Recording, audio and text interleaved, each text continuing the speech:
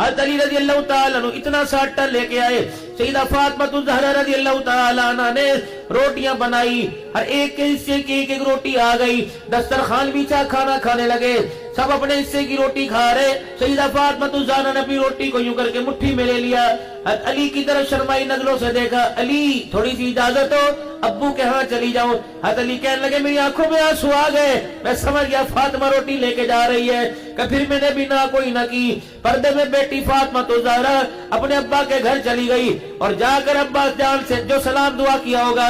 اپنے پلے سے روٹی کھولی اور اپنے پلے کی گرہ کھولی، روٹی نکالی، لقمہ توڑا۔ ہائے کتنے خوش نصیب باپ تھے جنہیں بیٹیاں کھلایا کرتی تھی۔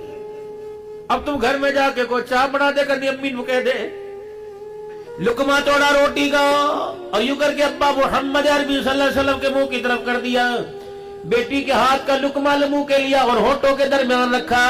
آنکھوں سے آنسو آ گئے، بیٹی مجھے تو پتا تیرے گھر میں کئی دن ہو گئے چولہا نہیں جلا، یہ پھر کہاں سے آیا؟ کہ ابا جان 3 دن کے بعد آج گھر کا چولہا جلا تھا۔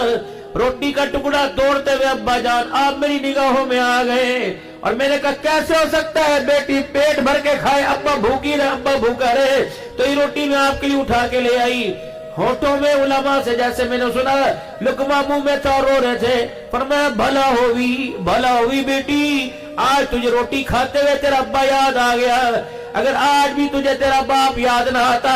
تو قسم اللہ کی تیرے باپ کی چوتھی رات بھی بغیر روٹی کھائے گزر جاتی۔